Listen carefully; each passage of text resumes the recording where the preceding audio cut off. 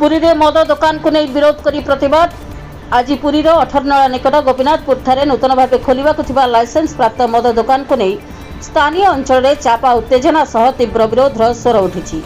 प्रशासन पक्षरु एठारे मद दुकान खोलिबा अनुमति दिया जाउथबा नै सूचना मिलबा परे ग्रामवासी माने एहाको दृढ़ विरोध करिसेंती। जनसाधारण महिला कहवा कथा जे बासस्थान स्कूल और मंदिर निकट में मद दुकान खोलिले अंचल में अशांति एवं अपराध बढ़ी थाए।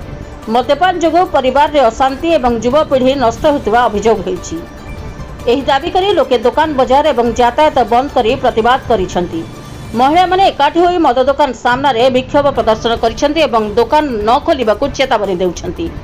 जिलापाल उद्देश्य विक्षोभ करी दुकान लाइसेंस बातिल किंबा स्थान बदलाइबाकू दाबी करिसेंती स्थानीय महिला और आदिवासी गण। आईन श्रृंखला को दृष्टि रखी पुलिस पहुंची आंदोलनकारी को बुझाइबाकू चेष्टा जारी रखिछि।